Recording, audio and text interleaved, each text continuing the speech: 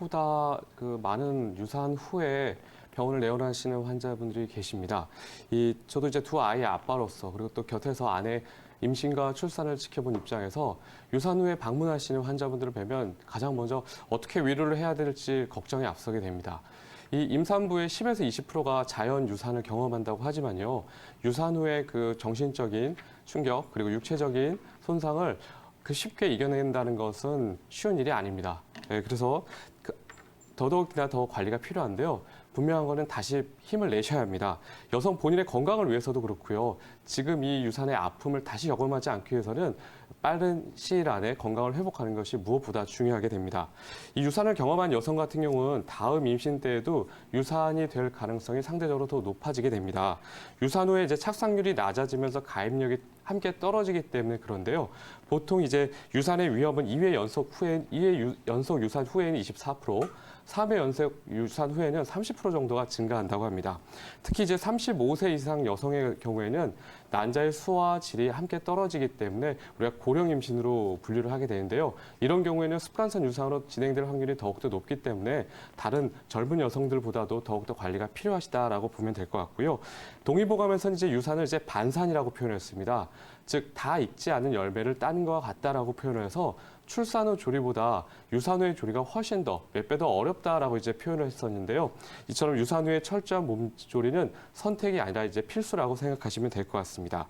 이 부득이한 사정으로 유산을 선택을 하시는 경우에는 더더욱 조리를 소홀히 하시는 경우가 많습니다.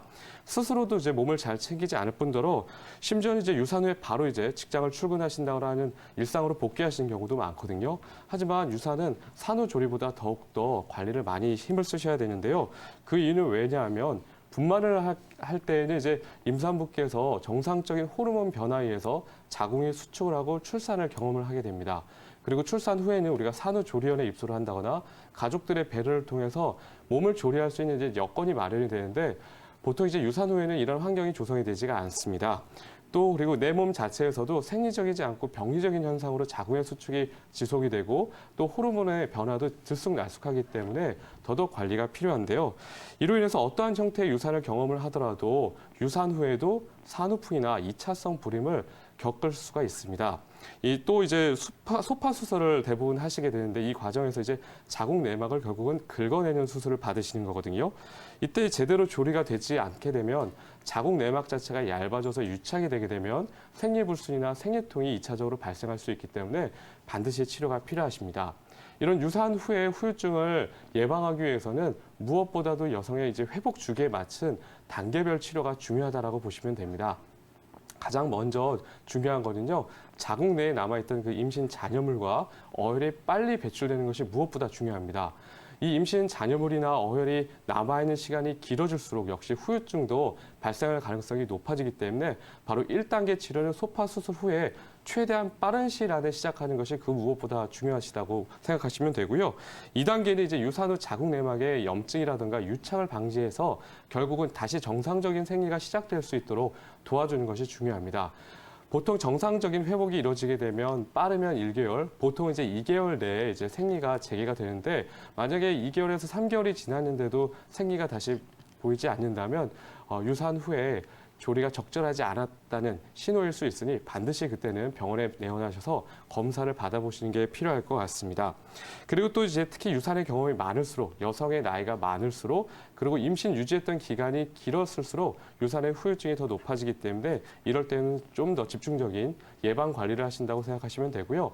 마지막 3단계 치료는 유산 과정에서 이제 출혈했던 그러니까 소모되었던 혈액을 보충하고요. 몸 전체의 신진대사를 높여서 컨디션을 높이는 게 굉장히 중요합니다.